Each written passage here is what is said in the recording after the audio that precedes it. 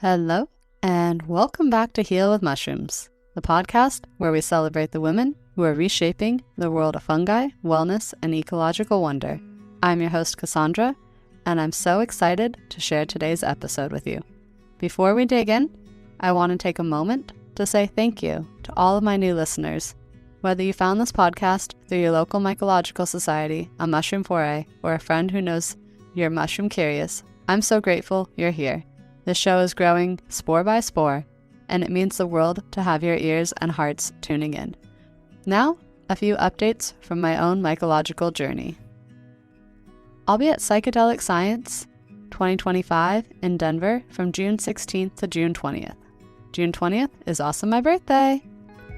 I'll be representing Heal with Mushrooms on site, connecting with women in psychedelic science and mycological research, and bringing back stories and insights from the front lines of this expanding movement. If you'll be there too, come say hi. Washington morel season has pretty much just wrapped up, and here's the scoop.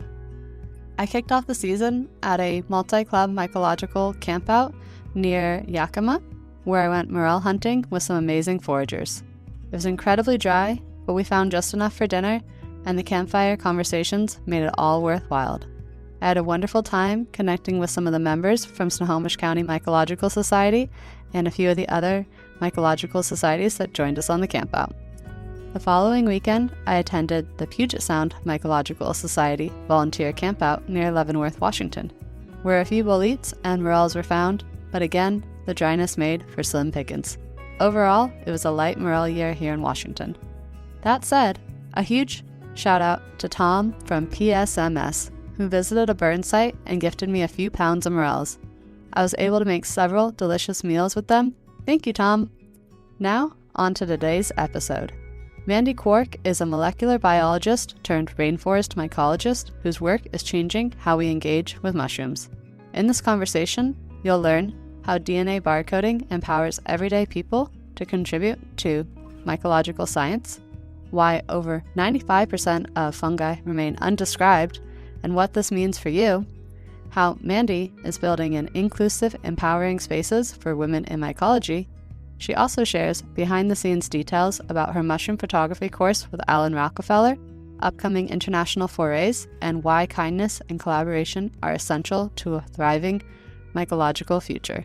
So grab your mug of chaga, get cozy, and let's dive in. Here's my conversation with the amazing Mandie Quark on Heal with Mushrooms.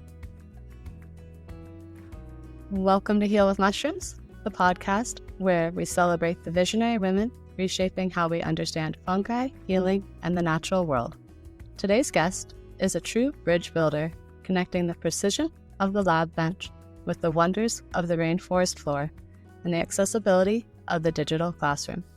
It is an honor to welcome Mandie Quark, a molecular biologist who transitioned into a mycologist after discovering her love for mushrooms.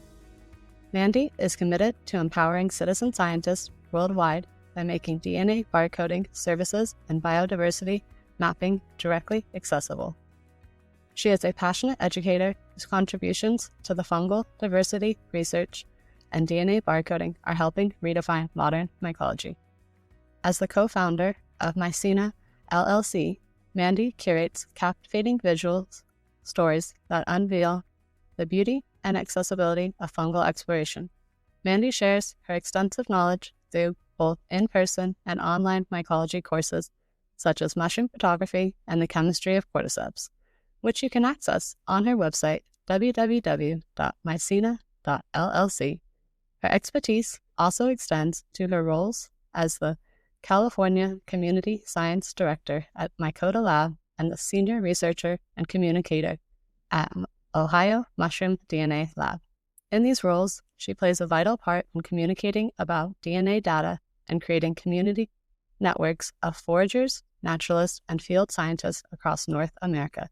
Mandie is on a mission to spark curiosity and empowerment through molecular tools and micro-literacy. This episode is a deep dive into mycology through storytelling and what it looks like to bridge the gap between research and public engagement through a fungi-forward lens. If you've ever been curious about how a mushroom found in the woods can become valuable scientific data, or about the importance of decolonizing mycology through increased accessibility and compelling storytelling, then this episode is for you. Let's welcome the brilliant Mandie Quark to Heal with Mushrooms. Hi, Mandie. Welcome to Heal with Mushrooms. Could you begin by sharing your journey, what led you from the lab into the role of a rainforest explorer? Perhaps you could tell us a little bit about your background, your education, and what initially drew you into the captivating world of mycology? Sure. Yeah. Again, thank you for having me. I really appreciate the opportunity. Um, yeah, so I was originally a molecular biologist. So I got my start I grew up in Maryland, so East Coast girl. And then I went to St. Mary's College in Southern Maryland. It's like a really small, like super kind of like hippie, but also really intelligent people there. And then from there, I went to Philly and I got my master's degree in biochemistry while I was working. So I worked for like 11 years as like a benchtop lab scientist, a researcher. And I did a lot of drug discovery research, like screening compounds to see if they could be useful as drugs in different assays like Parkinson's and diabetes complications. So that's what kind of got my start. So it's kind of it's very heal with mushrooms. But none of it was really with mushrooms or really natural products whatsoever. So those type of drugs that we were researching were um, synthetic. So it was like lab made. And a lot of them were actually like repurposed agrochemicals, just these small molecules that were useful in other ways, in other industries that were trying to be repurposed as possible drugs. So I worked there for like 11 years. We made some cool progress, but ultimately it never felt really like I was doing anything to really benefit humans or the earth. Like I was the smallest first start of the process of drug discovery, which once even I would make even a small breakthrough, it would take like 10 to 20 years to even make a drug from that. So I felt really kind of detached from, the whole process of my work being practically applicable to the real world and like helping people. So I just felt like I was kind of like a lab rat and I was just like in the grind of generating all this data. And it was a really great learning experience. I learned a lot of molecular biology techniques. I had a really great guy that I worked with, coworker. He was super smart. I learned a lot from him. But it was ultimately just not the job for me. So I left there in about 2018. And right around the same time, I was getting into mushrooms. And I was like, so I got my master's degree in 2014. And then the years in between like 2014 and 2018, when I quit my job, I just slowly started getting into mushrooms. I started like collecting mushrooms, trying to identify them because all of my research before that was kind of like book learning. So it wasn't practical field knowledge whatsoever. So then when I started going out in the field, collecting mushrooms, trying to identify them, it was like a new challenge. I was like, oh, this is cool. This is really fun. And like, I was just learning so much. I was soaking it up like a sponge. And I was like, this is really cool and interesting to me. Something that I had never really thought. I never really thought like when I was a little kid, like, oh, I'm going to get into mushrooms. Like it just kind of happened. It was the people I was around were really into them. And yeah, I just started like soaking it up like a sponge. And then after that, I over the last few years, I kind of have been able to synthesize my old molecular biology experience with mushrooms in the way that I'm now working for a couple different labs that are doing high throughput fungal DNA sequencing. So, and then there's actually 3 in North America. So it's Mycologists, the pioneer.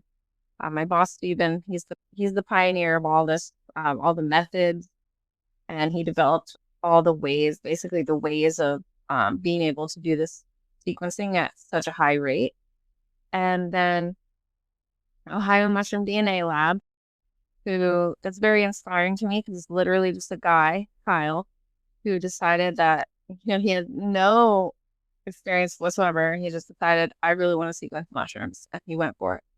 And then the third one is Fundus, the Fungal Diversity Survey. I used to work for Fundus as a communications lead, but it was just, I don't know, I just decided to go in a different direction, so I don't work for them anymore. But those are the 3 top people cranking out DNA sequences of fungi in North America. And the really cool thing is, at this point, in North America, there's about 7 million observations. Is it 7 million? Yeah. 7 million observations of fungi in the United States. Right, as of right now, it's 7.5 or something.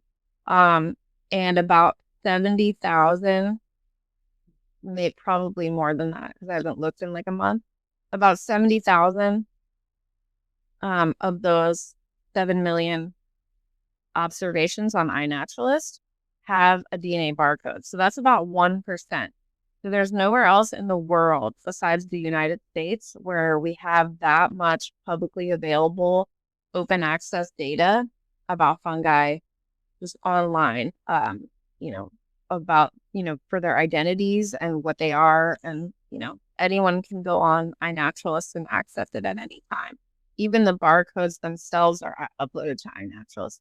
If you don't know what iNaturalist is, it's a really cool website. I feel like it's the best social media app that there is, because you can post what they call an observation. So it's a couple photos, good photos, top, bottom, side environment of, when you come across a group of mushrooms, you post that to iNaturalist, and people in the community will actually help give you IDs, and they'll talk to you about it, and they might ask you questions. And then that's basically the platform that we use to do all the sequencing, because that's once the sequences come back, we upload to iNaturalist. So that's basically a broad overview of what's going on in North America. And then my role is more of a communications person, because I do have a deep background in writing, editing, communications. So I've written we're having a big paper come out. It's 30 pages or something, for the Ohio Mushroom DNA Lab that I wrote most of, with the lab. And also, so for my Coda lab, I try to create networks of people in California where I live, because we have a grant through the state of California. I try to create these networks of people to submit fungi for free DNA sequencing, so that we can, always have, because there's a bottleneck around having enough samples to do this high throughput sequencing. Because when you're sequencing somewhere between 1,000 and 10,000 mushrooms at a time, you can't even do any sequencing without having these large numbers. So I'm the person, I'm really a hype man of this. I kind of took on the role of come on guys, let's submit mushrooms for sequencing. And yeah, I'm getting people excited. And then I also go around the world and I give talks about the data. So I'll dig into the data. I'll be okay, this stuff is really cool, interesting, unique. things that stand out from a particular area where I'm going to speak. And then I will, give people the info about it. So it's really like a synthesis of like a communication person, with like a person that, I've moved on from the bench to like, I'm more, I can consult on that stuff. And I have consulted these people that are doing the sequencing, but I don't actually have to do the sequencing myself per se, but I can tell people where to send their samples in, and I can, show people where the data lies and what the cool things are that we're finding. So, yeah. That's awesome. So people Yeah. in California, they can get involved with you. Is there a specific portal that they would access to be able to directly communicate with you or send samples in? Yeah. So, if you live in California, so it's mycomapsca.org. So in California, it's my job, so I'm paid to create this network. And, it is my job to get people on board. So you can go on mycomapsca.org. My email address is Mandie, Mandie, at mycoda.com. You can email me. All the instructions are on there for how to submit the specimens. And, it seems like a lot of information, but once you do it once or twice, it's like super easy. The bare minimum that we need is the iNaturalist number written on a baggie in marker and a dried specimen in the bag mailed to us. The best, that's like the bare minimum. The best quality specimens would have like a voucher slip. They would have information about the environment and, a lot of really great photos of the mushroom on iNaturalist. And then, yeah, also just a dried specimen in a bag. So it's not really that big of a difference between going all out and like doing the bare minimum. Actually, it's like pretty easy. I feel like anyone really has it in their power to participate. And what we really look for is what we call power collectors. So the people that want to really get into this and like submit like hundreds of things from their area or even just their own yard throughout the year. Because, different seasons bring up different mushrooms. So, and, we don't just take the cap and stem mushrooms. We will take like weird fungi on the bottom of a log and like stuff that might not even be able to identify. The weirder the better, honestly. And California is really great because it's so biodiverse. Like it's just the amount of different ecosystems here is spectacular. And yeah, it's just even, the people in Northern California are finding totally different stuff than the people down there in Southern California. So it's kind of amazing. We have it's been about 6,000 submissions. So we have about 6,000 things in the iNat project. That's the other thing. Yeah, if you add your observations to the iNat project, I can keep track of it. I'm assuming we probably have more than that because I'm assuming that not everyone has added all the observations they mailed in to the iNat project, but we have about 6,000 right now in only a year. So we've gotten, a significant amount. And I think there's about 80 people in the iNat projects. Now, some of them are only turning in like one or two. But like I said, we're looking for those power collectors that are really willing to go out and volunteer their time. And it really all starts, with the collector. Because the collector is the person that always gets the credit. So if the mushroom is really cool or unique, if it's a new species, when it goes into the herbarium or when it's being named, the collector's name is always there. So that we always give that original credit to the person that went out and did the work to find it in the field. And if you're out sourcing edibles, like chanterelles or something like that, for instance, then you're probably walking by a bunch of other really cool fungi like Russula or Cortinarias that we really could use more data on. So yeah, it could just be like an extra thing if people are out there already. That's rad. Yeah. So What would you say is a common misconception about mushroom DNA sequencing, and how would you clarify it for someone just starting out? So I would say one thing is people think, once we get the DNA sequence back, that it's just like it's that one thing, but we just have no idea really about the diversity of fungi. So the diversity is so high out there compared to what we actually know. So there's only about 3% of fungi have been formally scientifically described. So chances are, if you're going out into the field to collect something, it's really high chance that it could be a new species. Maybe not in California as much because we've had a ton of work done here, but in other states, like really little known states like the Dakotas, for instance, maybe like Idaho, these places where we don't have a lot of people and we don't have a lot of collectors, like, Oklahoma, I think is one of them, for instance. So there's these states that we don't have a lot of engagement around this. And when you don't have a lot of engagement, you really don't know. Like California is unique because we've identified a lot of the mushrooms out there.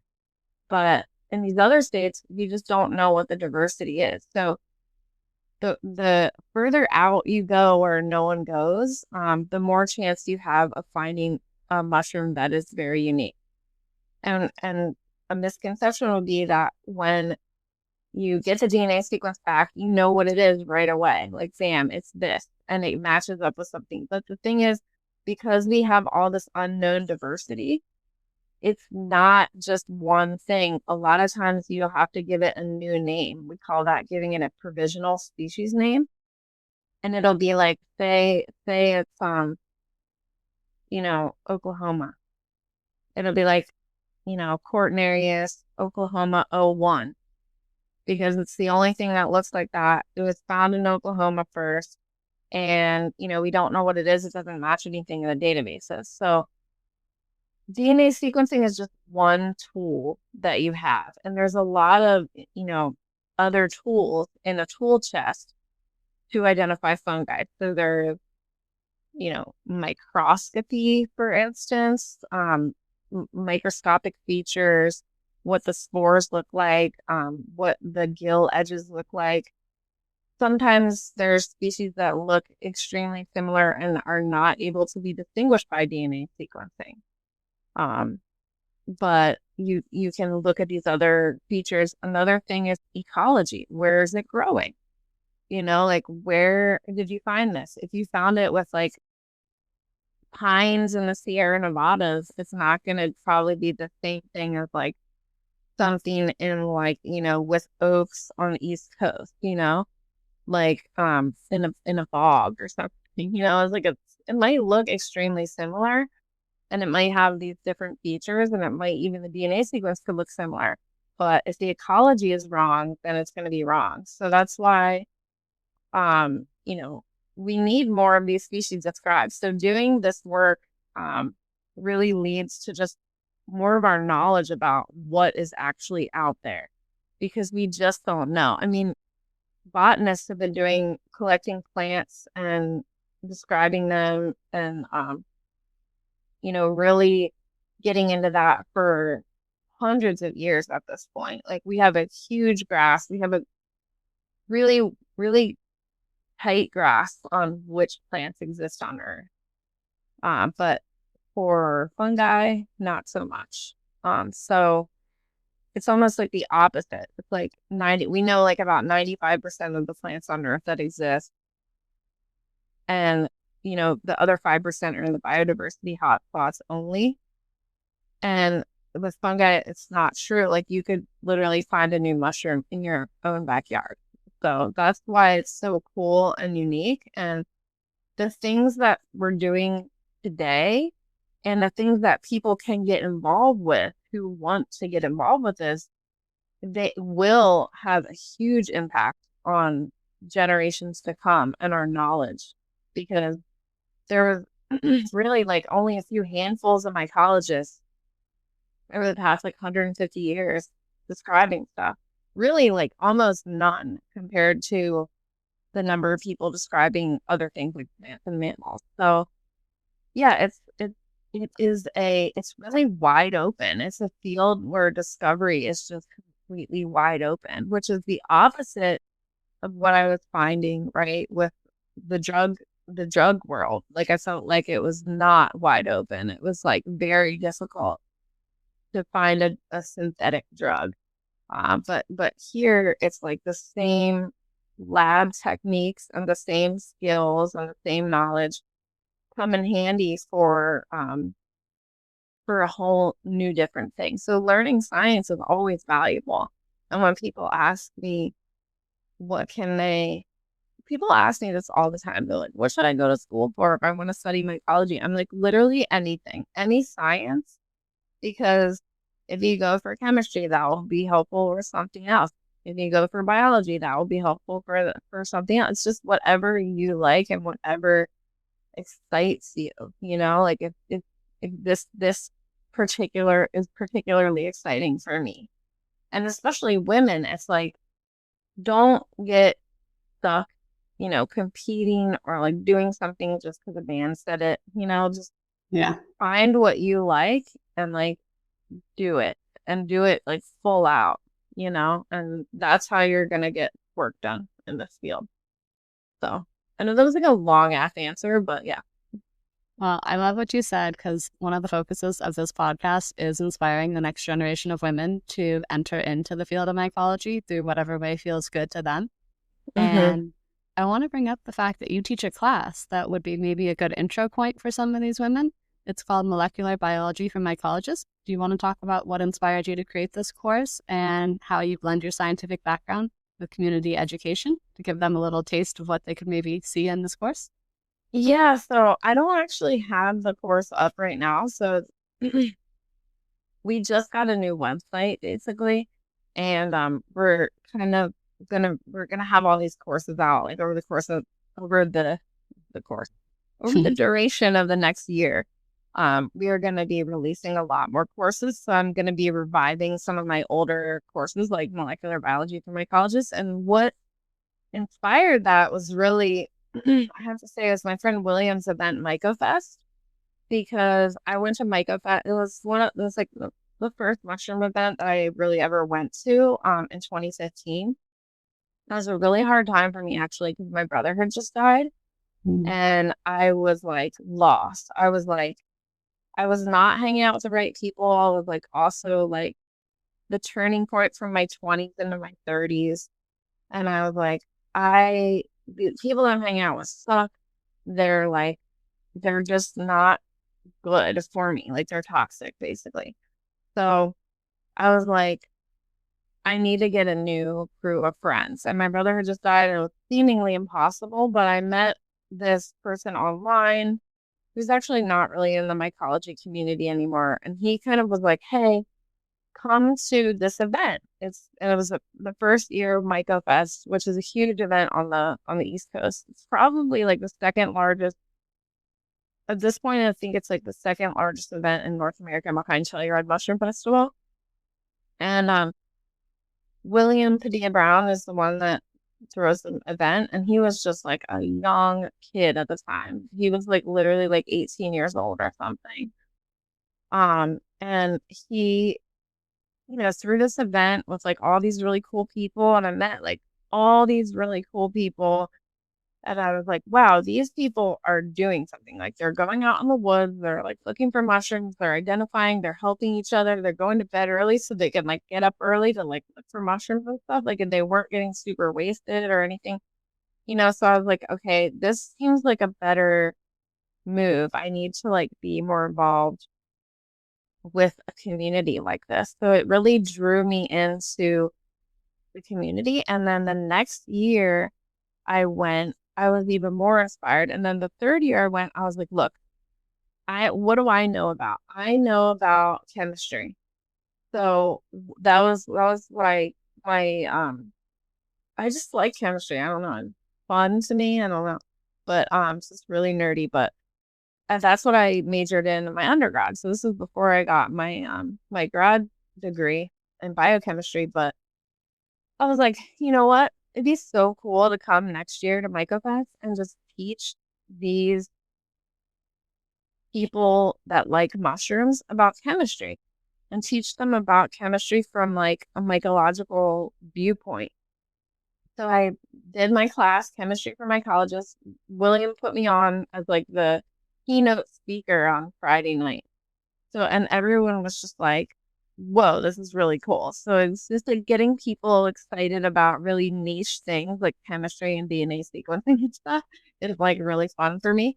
So it started out with chemistry for mycologists. And then I was like, okay, let's now go into like what I was really doing for my job, which is molecular biology for mycologists. And I just have I just have so many more cool ideas. So that, let me think. So that would have been like 2018 is like when I made the molecular biology talk. And it was another MycoFest talk, and like everyone loved it. And people came up to me for like years afterwards and they were like, we love this. And then I did it at other events. But, I'm really excited to bring it back in online course form, because it's not, instead of, because online you can do so much more, because you can break it in some more manageable chunks. So in a keynote lecture, I have like 90 minutes at the most, including questions, to like get these complex topics out. But in an online format, I can break it up even further, like 40 minutes, and do like, 8 different modules or something. And then people can really learn at their own pace. So that's my plan, is to like bring all my old classes back and like put them on this new platform. It took about a year to get this website set up. So yeah, it's mycena.llc, and it's just such a labor of love doing a new website, but it's super powerful. It's like, I have a blog now, which is really cool. So I can write long form. Like because I would write a lot. If you look at my Instagram posts, they're very long because I'm a writer. So, but then it would cap me at like 2,200 characters, which is the limit on Instagram. So I was always like, I wish I could write more about this. So now I can. So now I have a blog. So, I only have like about 7 entries so far, but yeah, planning on doing like more long form writing that's not just scientific papers, like more accessible writing for the general public. So yeah, so I have that on there. We'll have more courses. Right now, the course that we're doing is the mushroom photography course. So we have that. We're in the middle of doing that. You could still sign up. It's really, really great because me and Alan Rockefeller, my partner, we are just going in hard. So it's really not that, it's like $100 for like a 5-week course, but you get access to everything. You basically get a community. There's like a community that's a private community, and you can post your photos and we'll give you feedback. And like he is doing like video comments as like feedback. Like he is like really getting, we're like writing paragraphs to these people about what what they need to do. And like, it's really important. Mushroom photography is like the first step in having the DNA sequence data become extremely valuable.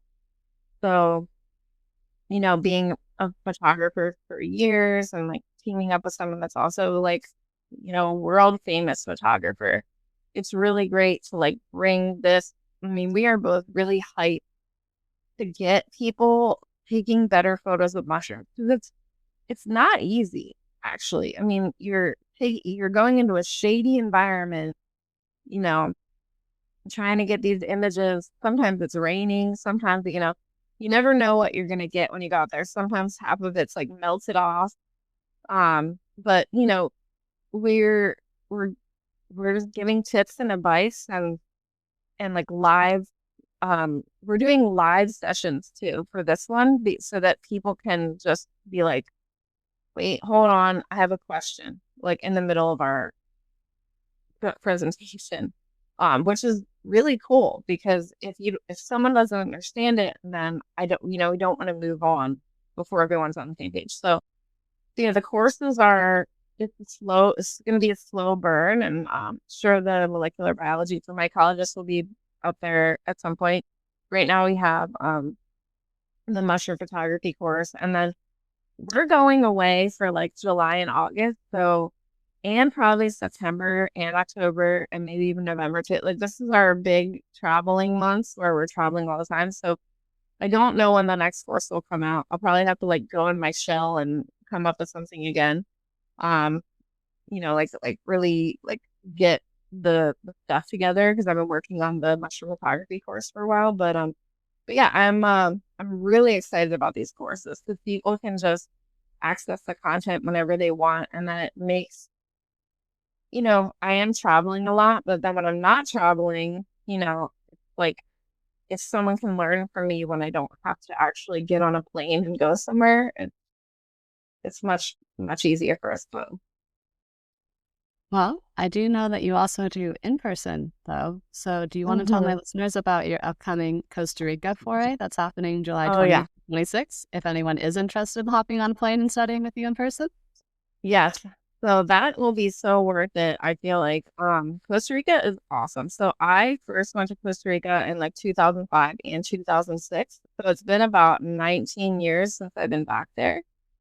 But our friend is there now. Our other friend went there recently and got us really hyped and was like, we have to go do this. And I was like, okay. So so we always go to these trips during the rainy season because that's the perfect time for mushrooms. I wouldn't want to go somewhere where it's dry. So July is the rainy season for mushrooms, and we're going to the Monteverde cloud forest. That's about 5 to 7,000 feet above sea level elevation. And it is spectacular. Like I've been there. It was been 20 years, but it's a really, really neat place. Being a cloud forest, the clouds are just hanging around all the time. So just all that moisture is perfect for mushrooms. And I know we are going to find some really, really cool stuff. And we also have some really cool, like we have a cool speaker planned that's a conservationist from the area. Seems like a really cool guy.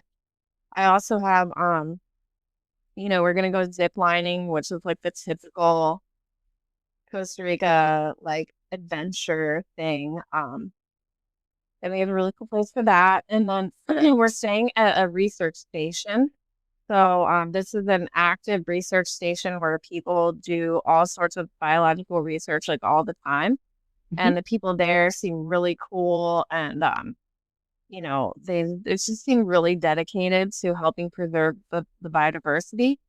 But the cool thing about Costa Rica is most people speak English. So we go also to places like Ecuador and Colombia, but most people there don't speak English. So that's why I usually have Alan who speaks Spanish, or my friend Jeremy also speaks Spanish. I'm learning. I can actually understand Spanish when people are talking, but like it's really hard for me to like get it out. Um, but yeah, I feel like people are more apprehensive to go to places like Colombia or Ecuador, even though they're amazing and spectacular, just because of safety and travel concerns. And I feel like we do not have those type of concerns at all with Costa Rica. Costa Rica is extremely safe. It's extremely gorgeous. And yeah, I hope that this is like in our yearly rotation now, because when I went there 20 years ago, I was like, it was one of the first things ever that was like, I want to be a field researcher. Like I actually thought I was going to be interested in plants at the time. And now I'm going to be coming back, 20 years later with not that interested in plants. But of course, I mean, the plant life there is off the chain, incredibly spectacular. And I'm really excited. So, yeah, you can go to our website. If you hit the interact button, then you can see the foray, the mushroom photography course, the blog, and the newsletter. And if you can't go this time to Costa Rica, because it's only like 5 weeks away or something at this point, then you can just sign up for the newsletter. And then I'm going to be, releasing all the details of all of our other trips in the newsletter. I know we're doing a 2-week long, it's the longest trip we've ever done, 2 weeks long to all these different places in Ecuador, also in November. So that's not out yet. Like, you can't purchase tickets yet, but I'd like to get it up really soon. So we will have that also available soon. So yeah, a lot of really cool stuff on our website. Nice. I visited Monteverde in 2018, and Awesome. it was so cool. And one of the things that I learned was if you take a magnifying glass, you can find little microscopic orchids everywhere. So Wow. that was new to me. I guess like 90% of orchids in our world are the size of your fingernail. And so we miss them Wow. most of the time when we're just walking around in the forest. But if you have a tiny little magnifying glass, that's your opportunity to see them better. So that might be something that would be fun for some people too, is to see those with the mushrooms. Yeah, that would be, that's a really good tip. I did not know that. So yeah, I have a little, it's like a jeweler's loop, Hmm. and it's like, it actually has a little switch, and you can flip it on, and it's got a light on it. So it's really cool. You can buy like little, it's like a magnifying glass with a little light, and you just like you have to put your eye like right up to the stuff, but it illuminates it beautifully. Because a lot of times when you're putting your eye up to something, you're shading it, but having the light there is spectacular. Yeah. So I think they're like 20 or 30 bucks on Amazon. Definitely recommend people, just looking at, my favorite things in the forest are cordyceps. So Hmm. these things that attack bugs, and a lot of times they're pretty small also. So, I just have it like I don't have it like in reaching distance, but like on a chain, not really a chain, it's like a piece of fabric around my neck that it hangs off my neck. So I just can like, when I'm in the field, just like check out little things. So yeah, super, super, super cool. And then sometimes, when you're doing macro photography, sometimes I'll like be taking a photo of something, and then I like won't see something like a bug or like a tiny mushroom or like just, yeah, like some tiny thing until I'm editing the photo. And that's always like magical because it's like, oh my gosh, I didn't even see that tiny thing right there, you know? 'Cause, yeah, I wear glasses, so usually. So I don't have like the best vision in the world, but it's not bad. I can still do pattern recognition with my glasses off. But yeah. Well, that's a great little tip for people if they could go out and get you call it a jeweler's loop? Yeah, it's just called a jeweler's. It's like Loupe. Hmm, Yeah, cool. jeweler's loop. And then if you look for one that just has a little LED light switch on it, yeah, those are the best kind. Yeah. And didn't you guys, Mycena, just drop a bunch of UV lights that you have up on your website too?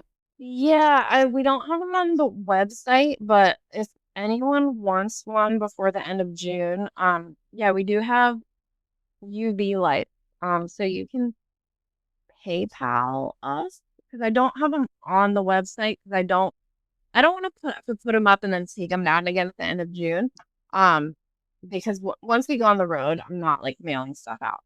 Yeah. But yeah, you can, if you PayPal Mycena LLC at gmail.com, 45 bucks, I will and put your address, obviously. I will mail you a UV light. But it has to be before the end of June because we're hitting the road. But yeah, we got like 100 lights in, so we have a full supply of lights. And then also people can see us on the road. So if you sign up for the newsletter, I put everywhere that we're gonna be, I think through the end of August, on the last newsletter. So I mean it's like a different place every weekend. So people could also find me out in the wild.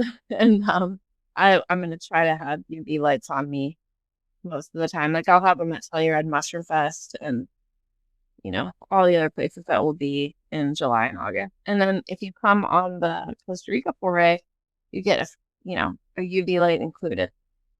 Very cool. So, What's yeah. your favorite mushroom to photograph that's UV reflective or Oh my reactive? God. Probably like the cordyceps because they are amazingly crazy. Like you never know what color they're going to glow, and they can glow from bright orange to bright yellow to like bright red to bright green to bright blue. I mean, they are just like every shade. Yeah. So I love using UV lights, especially somewhere.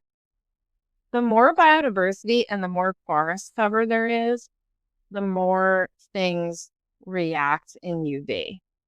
So when I go down to like the Amazon jungle and stuff, I mean, I go down there and it's usually like in Ecuador, it's like 6:30 a.m. to 6:30 p.m. and then it's like 12 hours of daylight because you're on the equator.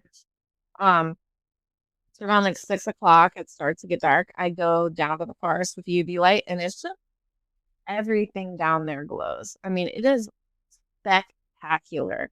I just go around for like an hour or two with even just my phone camera, and take these amazing photos of like UV reactive, fluorescent, anything, spiders, plants, lichen, really, it was just so much stuff that glows down there. It's wild. It's like a whole nother world, really.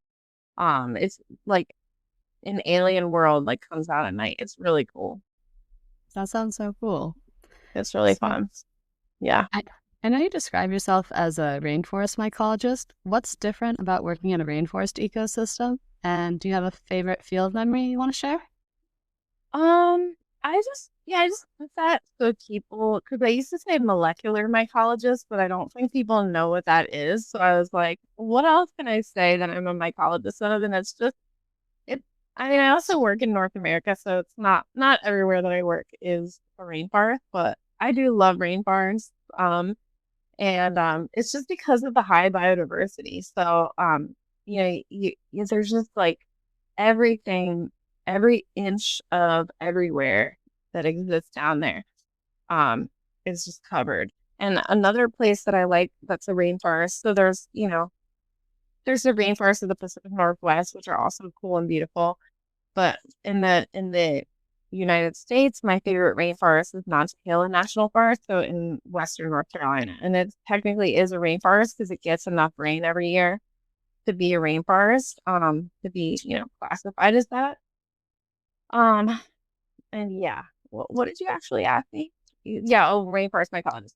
Yeah, it's just because those are the places that I like particularly. So, but some people study like desert, some people study like prairies, like I just particularly like the rainforest. And it's really because of the high biodiversity. You never know what you're gonna find. Um, so yeah, I thought that would be easier and more accessible for people than molecular mycology. They're like, what the fuck is that? I think is what people think when they look at my bio. But if I say Cool. rainforest, then it's like, oh, okay, rainforest, I get that. And then she's a mycologist. Most people know what a mycologist is. Actually, a lot of people don't know what a mycologist is, though. The mycologist, like, what's that? And I'm like, well, I study mushrooms, you know? So, but yeah. Awesome. Yeah, I run into that a lot too when I say the word mycological or Okay. mycologist. Some people look at me with a very confused look, and then I say the study of mushrooms and fungi, and then they go, "Oh, I guess that makes sense." That's funny. Yeah. Yeah. It's a common thing. Really funny. Yeah. So let's go for a little bit of a playful question. If you Cool. had to name three mushrooms that best represent your personality or values, which would you choose and why? Mm. Wow. No one's ever asked me that before. Well, my favorite, I love Tyrannosaurulea. So it's a blue crust. So it's like a bright, deep blue crust. And I just love that. So usually people are just like, what's your favorite mushroom? But this is like a next level to that question. So usually I say that because it's surprising, it's kind of rare, and it's found on the East Coast. Like it's found all over the United States. It's just people don't normally pay attention to it because it's on these little twigs and like, just random like blackberry vines that have broken off of it's like it's not necessarily what people are looking for usually. But they call it the velvet blue spread because it looks like blue spreading velvet across. I also really like the first mushroom that I ever really like captured my attention visually, which is just reishi. So it's like Ganoderma. Um, Down when I used to live in the mountains of West North Carolina, it was Ganoderma sugae. I really like that. It's like it's kind of striped, striated. So it's got the different colors going on. And then it can like last and persist for like years. So I also like that. Um, and yeah, and then the third one, I'm really starting to like the green earth tongues. So we don't have those in Eastern North America, but I found them out here. And, whereas you normally see like black earth tongues a lot, and they're like really cool and like nice, but it's almost like black is like very like giving like tuxedo, like very like buttoned up. But the green earth tongues are like, yeah, like I'm green, I'm fabulous, I think that's like a perfect answer because I feel very, even though I'm wearing black right now, I feel very um colorful and vibrant in a world of like of penguins or like a bunch of like white and black. I feel like I would be like a rainbow or something. Yeah. Fabulous answer. Love it, love it, love it. I definitely will have to go look up some of those mushrooms, and I will put the words and links to them in the show notes so people can check it out and see images of them. Maybe I can put the Cool. iNaturalist link so they get a little taste of what it looks like on Yeah. iNaturalist. Yeah. Yeah. The green earth tongues are microglossom. Yeah. Okay. Microglossom. Yeah. Micro And awesome. Micro blossom. microglossom. Yeah. And then uh just reishi would be like Ganoderma sugae. It's like Psugae. And then Tyrannosaurulea is like Trean. And yeah. Okay. Yeah. Cool. So Yeah. let's go into what do you envision for the future of mycology education, especially for women, young scientists, and folks outside of traditional institutions? Um, for the future of education. Yeah. Do you think people will be more doing online courses and workshops in person? Are there other avenues that might be exciting that could start popping up? I mean, I know in-person forays with you and Alan are going to be huge for people because they can get that time with a mentor in the field, but anything else? Yes. I mean, online classes are great.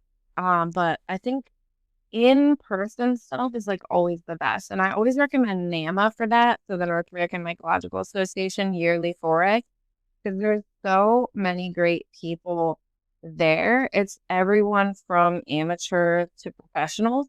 Um, and it's just like I kind of started in like 2016 going to the NAMA forays, and it's every year they have it's somewhere in North America. So this year it's in Vermont. Actually, tickets are about to go on sale, but it's just so many cool mycologists, and like learning in person is like, that's kind of where I started, is just really learning in person from people. And actually me and Alan are doing a mushroom photography um workshop at NAMA this year. So that would be really cool if people sign up for that. But there's so many different things. I mean, NAMA just offers like, it's everything from mushroom art to like mushrooms, like edible mushrooms. Like it's just anything your heart desires. Like it and just all the top people from North America there, and sometimes people from outside of North America too. So yeah, I would definitely recommend NAMA. There's also Telluride Mushroom Festival, but I feel like Telluride Mushroom Festival is really good, but it's more like, I feel like it's almost like more like like it's very fun and like fun energy instead of like a learning environment. I mean, you can learn there, sure. But yeah, for like learning, I would say, yeah, the yearly NAMA forays are really like you can't beat it. And that's where I went to learn. I think in person, if you're really trying to learn mushrooms, in person is just the best way because you can absorb a lot of stuff from online, but particularly mushroom ID, like photography and stuff like that, you can learn online, but mushroom ID is very difficult to learn just from like a book. Like, but if you go there and you can pick up a mushroom and look at it, and then I'm not saying next to you says that is X mushroom, then you're like absolutely sure that this mushroom, and you can, you kind of like internalize these features, and you're like, okay, I know that that's what this looks like. So yeah, I think really in person is like the top level of anything that you can do. And I think, trying to learn mushroom ID is really great, but it's also like it's all probably gonna get upended once we get the DNA sequence data going. So I think take mushroom ID with a grain of salt, but it is really great to be able to distinguish like edible mushrooms and toxic mushrooms and stuff like that. Yeah, and another cool thing about in person is for people who have different ways of learning, smelling them is Oh a yeah. fascinating way to learn more about a mushroom. They have unique smells and characteristics, and the way that people describe the mushroom smells has always been such a curious thing to me because someone might say it smells like gym socks, someone else says it smells like cinnamon, but you'll still have your own personal experience when smelling a mushroom, and that is invaluable. Yeah, yeah. Mushroom smells, mushroom taste. Like, yeah, you really can't. I mean, you can't get that out of just a field guide. Like there's no way to really replicate that experience of like seeing mushrooms in person. Yeah. Absolutely. So, is there one last message you'd like to leave my listeners with about mushrooms and their place in the future of science and healing? I think. Let me think for 1 second. Yeah. I just heard last night. Since then I've been thinking about this thing that I went to like Paul Stamets's like book release party thing last night, and he was talking about, and something I never thought before. He was talking about AI and how AI is not inherently kind, and I'm kind of like stealing his thing right now, but I can't stop thinking about it actually. So he said that someone asked AI, question like, would you just help this person? And the AI was like, well, why would you help the person if you weren't getting anything from it? But he was saying like random acts of kindness are what made us, it's the reason that we're here. And I'd like to like kind of expand on that by saying like, yes, we are all here and like we are all able to help each other. And like I feel like the mycology community, this is what I was thinking while he was saying, because I was like, that is literally what we're doing for each other. So I feel like the mycology community in general, like me being on this podcast, for instance, like, I'm helping you have a guest, and like you're helping me get my message out. And then I'm also helping other people, expand their horizons. So it's really just a big connected circle. So I think the more you learn, the more you help others. And, mycology is just so multidisciplinary. So you can come from any angle, come in with your knowledge. Maybe you don't have a ton of knowledge about like IV, but you have like all this knowledge about mushroom dyeing or something, like textiles and fabrics.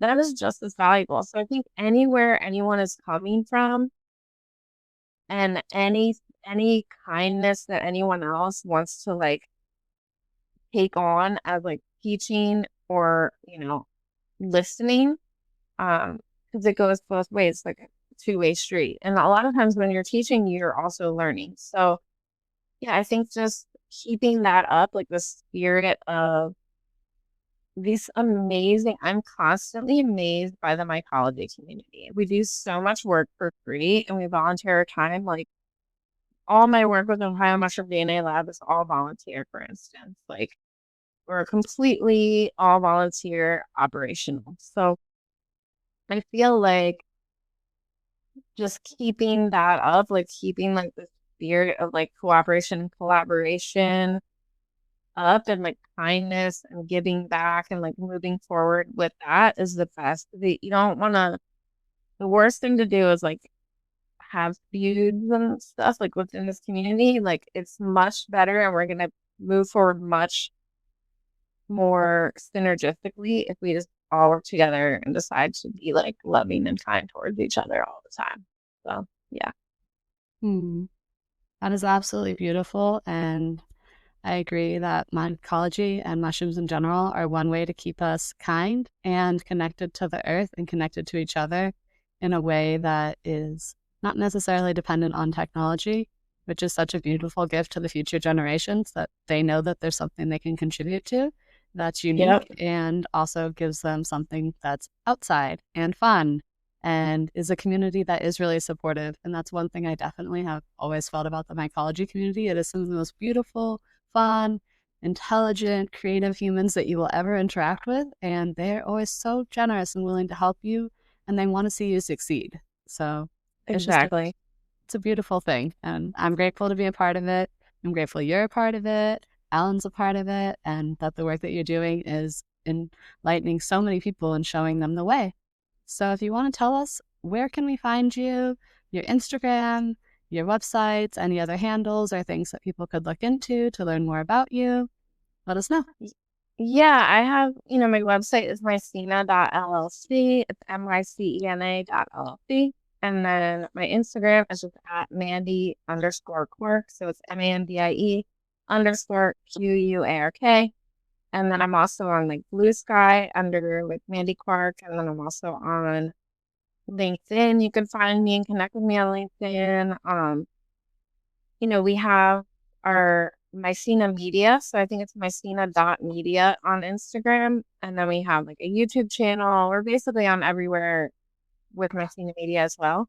And we have, we actually released songs with an artist, Atlantic Connection. So we actually have music out. So you can check out Mycena Media on Spotify. So we use those, the music like in our reels and our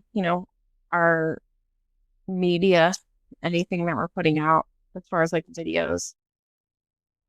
So yeah, we have a lot of really cool ways to interact with us. So I really suggest people sign up for the newsletter if you want to keep up, see what we're doing. So yeah, that would just be on mycena.llc, and then under the interact button, you'll see newsletter.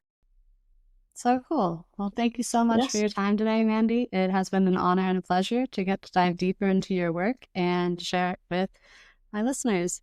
I can't wait to see you in person. Hopefully, I'll be at Telluride and NAMA this year. We'll see what happens. Awesome. Yeah, that sounds awesome. That would be awesome.